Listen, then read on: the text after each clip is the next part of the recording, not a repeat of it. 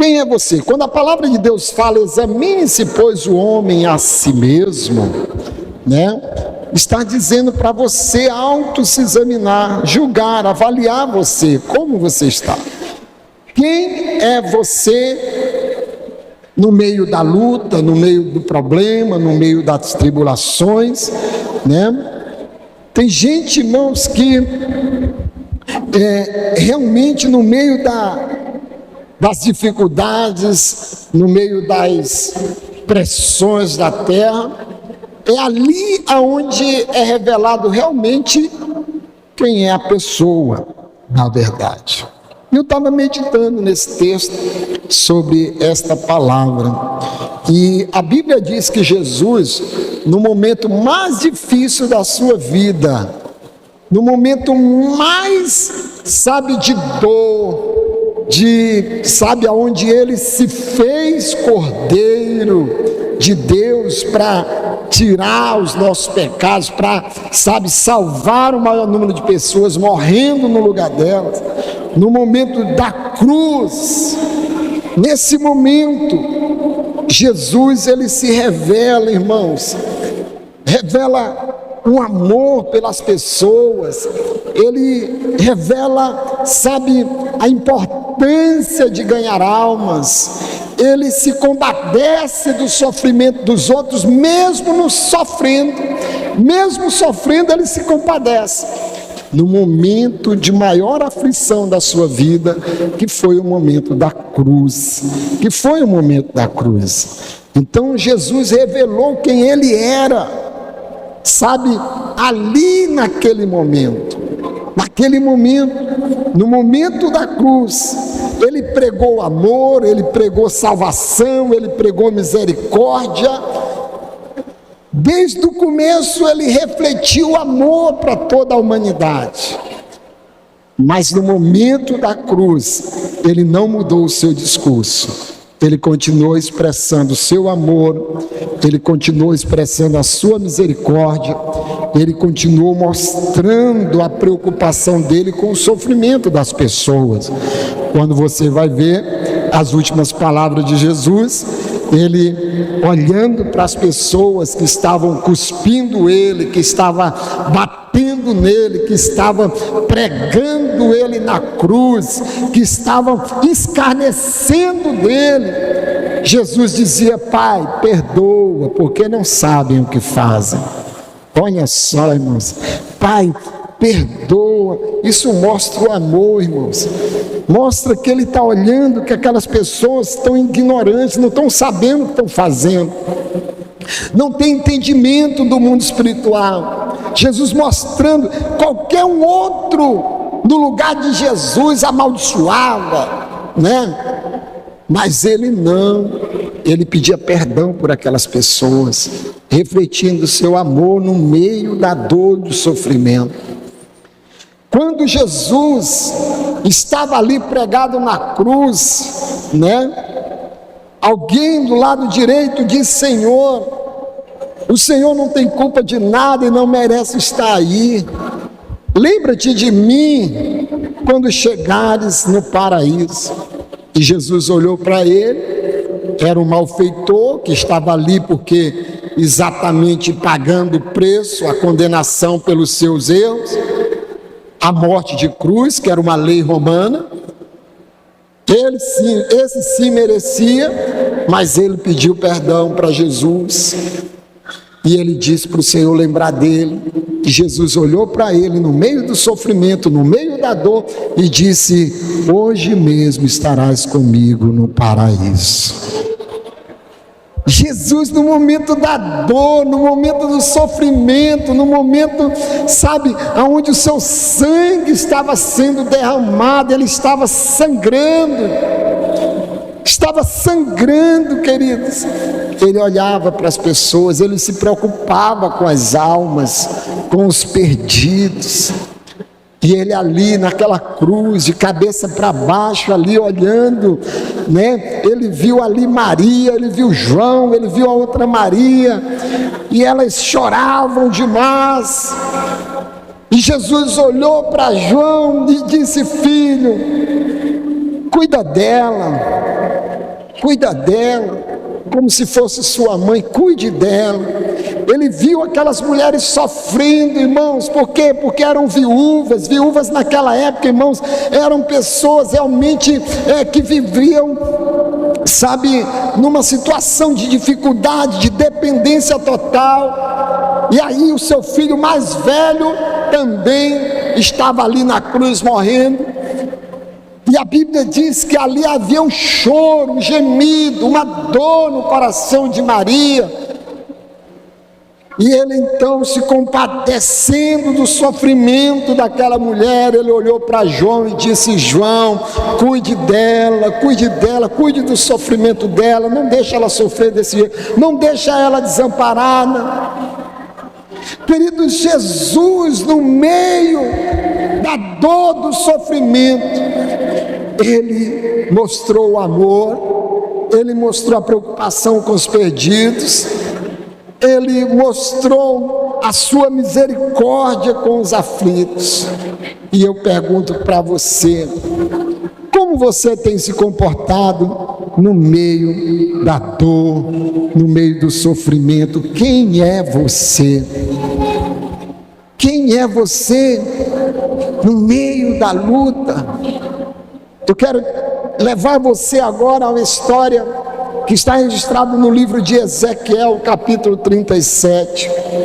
A Bíblia nos revela que a nação de Israel estava dominada por, exatamente no exílio ali, dominada, escravizada, totalmente acabada.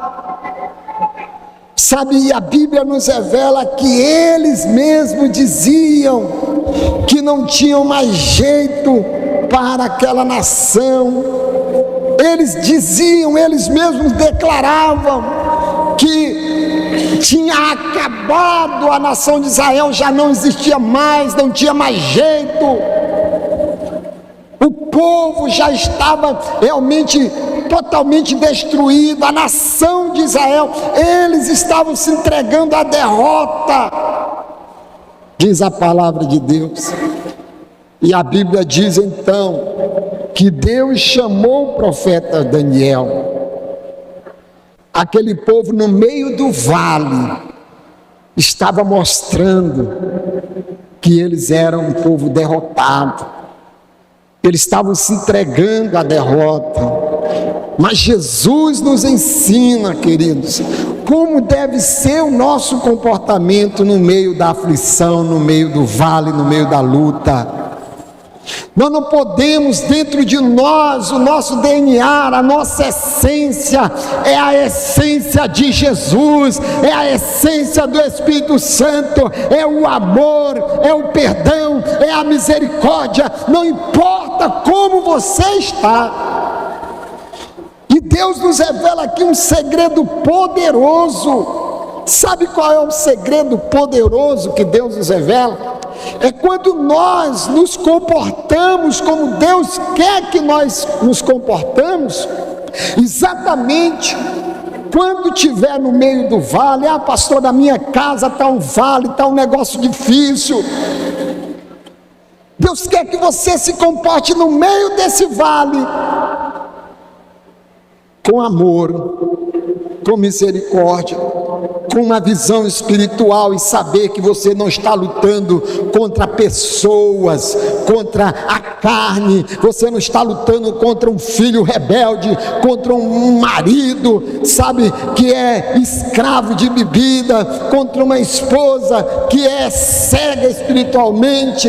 Você não está lutando contra a carne, você está lutando com forças espirituais da maldade que tem escravizado muitas pessoas.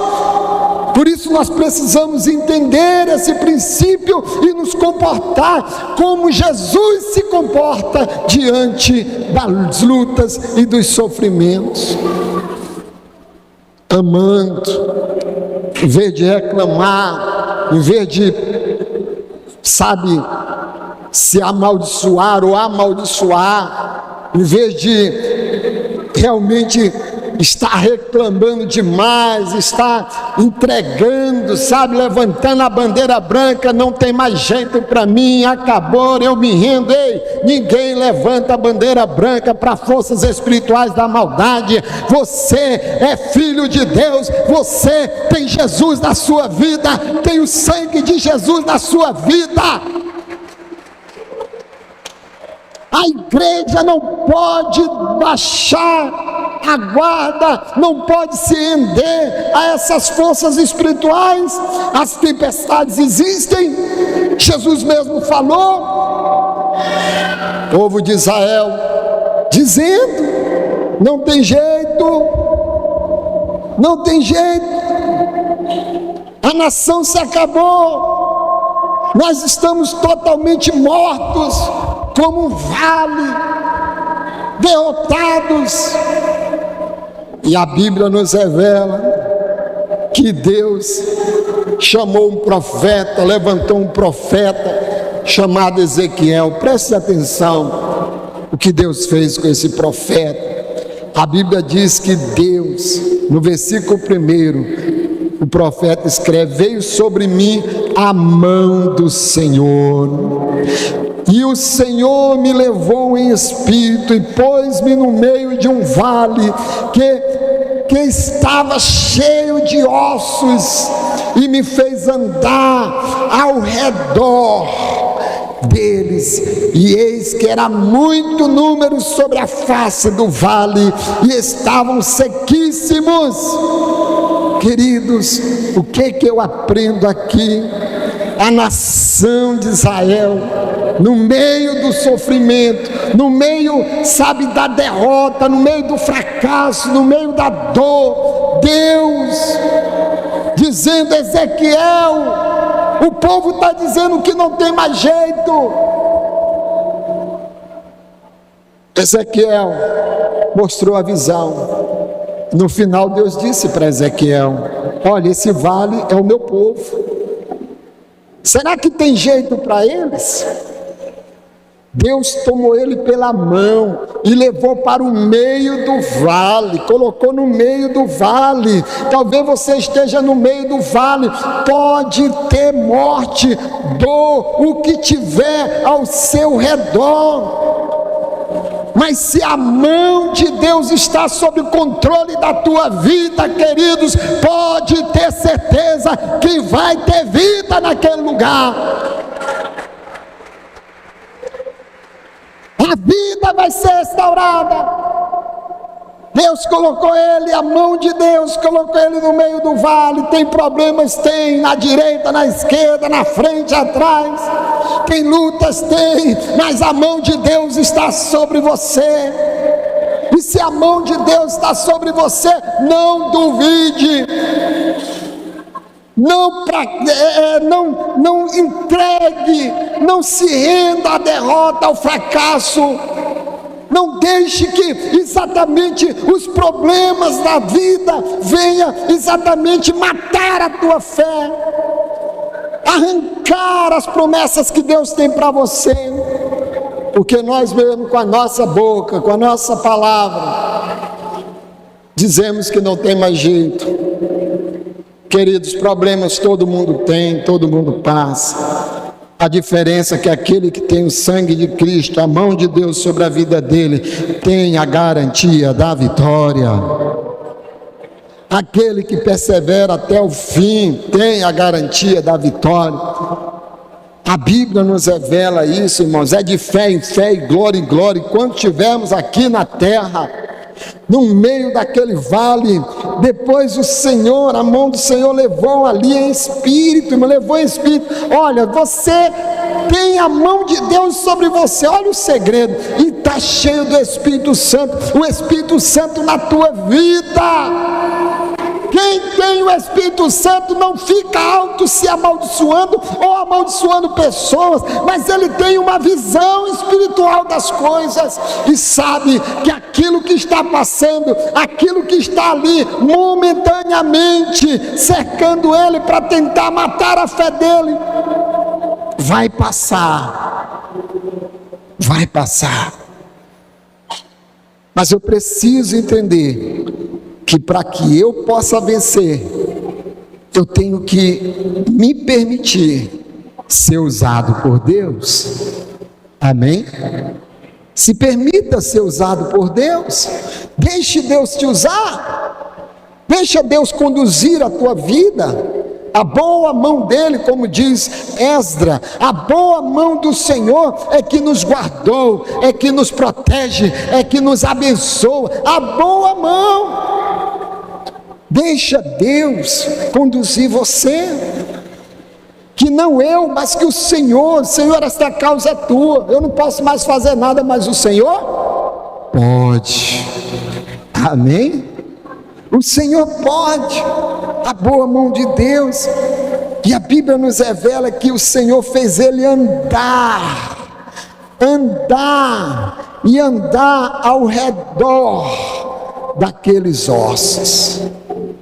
Olha só, queridos, estava orando aqui, e uma das coisas que eu sempre vi, Deus sempre me revelou, e só se repete, se confirma nas palavras proféticas da Bíblia, que, irmãos, precisa se movimentar. Para Deus te usar, para as coisas acontecerem, nós temos que nos levantar.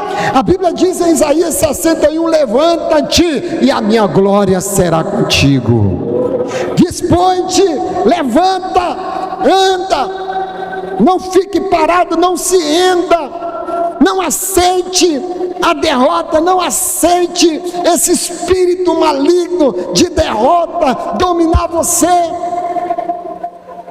Não saia da sua boca palavras negativas. A Bíblia diz que o Espírito fez ele andar, se movimentar. Queridos, faça a sua parte. Se movimente, ore, venha para a igreja, frequente a célula, continue fazendo a obra de Deus e deixa que Deus faz a parte dele. Ele diz que os ossos vão reviver, então vai. Ele diz que vai dar vida, então vai acontecer vida. A Bíblia nos revela isso, irmãos. Só que tem pessoas que fazem ao contrário. Muitas vezes fica praguejando, fica reclamando. O movimento dele sempre é na contramão daquilo que Deus quer. A ação dele é sempre na contramão daquilo que Deus pede. Em vez dele se voltar para a fé, para o Senhor, não, ele começa a olhar para ele e já começa a dizer: não tem jeito, eu fui abandonado, Deus não quer nada mais comigo, eu estou sendo punido. Ei, não pode ser desse jeito. Continue movimentando, deixa que Deus controla. Olha só, e muitas dessas pessoas, nesse comportamento, machuca os que estão perto deles, machuca os ossos. Você pode ver que o Senhor mandou Ezequiel e disse: Ezequiel, fez ele andar ao redor. Primeiro colocou no meio para ele ter a visão, depois colocou ele ao redor e fez ele andar ao redor, onde estava o vale cheio de ossos, ali o vale cheio de ossos, e ele começou a andar ao redor, como se fossem ciclos, vamos dizer assim, e os ossos no meio, e ele começou a andar, e ali no meio representava as misérias, a morte, o sofrimento, a dor, representava as doenças, representava tudo de ruim. E Deus fez ele andar, tirou do meio e fez ele andar ao redor, ou seja, para não pisar. Podia andar pelo meio, ande pelo meio dos ossos, não ande ao redor, para não pisar, para não quebrar, para não machucar, para não deixar pior do que o que já está. A Bíblia é cheia de detalhes, de revelação, que nos ensina, irmãos. Tem gente que o casamento está falindo, está uma situação difícil, e ao invés da pessoa tomar um posicionamento de cautela, de cuidado, sabe, de abençoador, de restaurador. Não, ele começa a ficar no meio, pisando mais ainda, e condenando, e amaldiçoando, e a culpa é tua porque tu é um miserável, e a culpa é tua porque tu é isso e aquilo, e começa a amaldiçoar mais ainda. Nunca que vai haver vida nesse casamento. A mesma coisa são filhos, é a empresa, são os negócios. Amaldiçoa o próprio trabalho, pisa em cima daquilo que o inimigo já exatamente está aproveitando, porque ele se aproveita desses momentos de dor, de sofrimento, de crise. Ele aproveita para exatamente levantar pessoas para pisar em cima e deixar pior ainda do que o que já estava. Você está entendendo? E ao invés de melhorar, piora. Esses dias, quarta-feira, eu até falei. Eu assisti um filme que eu nunca tinha assistido. Estava com vontade de assistir um filme, procurei filme evangélico na Netflix. Encontrei um filme lá de uma mulher que estava o casamento falido, destruído.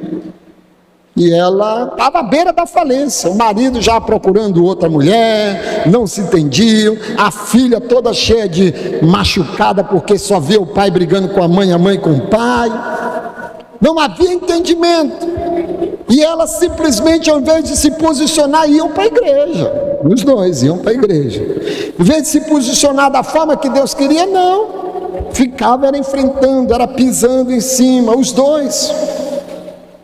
Você está entendendo? E Quarto de Guerra, o nome do filme, lembrei agora. Quarto de Guerra. Até que um dia ela foi vender um imóvel, foi olhar um imóvel lá, encontrou uma senhorinha que era evangelista, chamou ela, Deus deu a direção para ela, estrategicamente, começou a perguntar, e ela começou a se render e mostrou para ela as armas. Você está lutando errado. Isso me chamou a atenção, irmãos. Eu chorei, foi muito nesse filme, estou chorando. Porque eu fico emocionado quando eu vejo a fé tomando as pessoas, o espírito da fé entrando dentro da pessoa. A mulher que era toda, sabe, a fé entrou nela, quando ela tomou a posição correta de exatamente orar, de exatamente não machucar mais, mas tratar bem, né? Cuidar. Marido chegou, a comida estava pronta, e começou a tratar diferente, a orar, a colocar o nome dele na oração, e a entrar numa guerra espiritual. Daqui a pouco ela saiu de dentro do quarto, sabe, orando dentro de casa, expulsando tudo quanto era demônio, dizendo: demônios, Satanás, até aqui tu mandou aqui dentro dessa casa, mas agora eu te expulso daqui, sai daqui em nome de Jesus, porque essa casa agora é de Deus, é do Senhor Jesus. E ela começou a orar dentro de casa e saiu lá fora no terraço e orando também. E eu me emocionei porque eu vi ali o espírito da fé, e é assim que funciona, irmãos. E o final do filme você já sabe, quem já assistiu, né?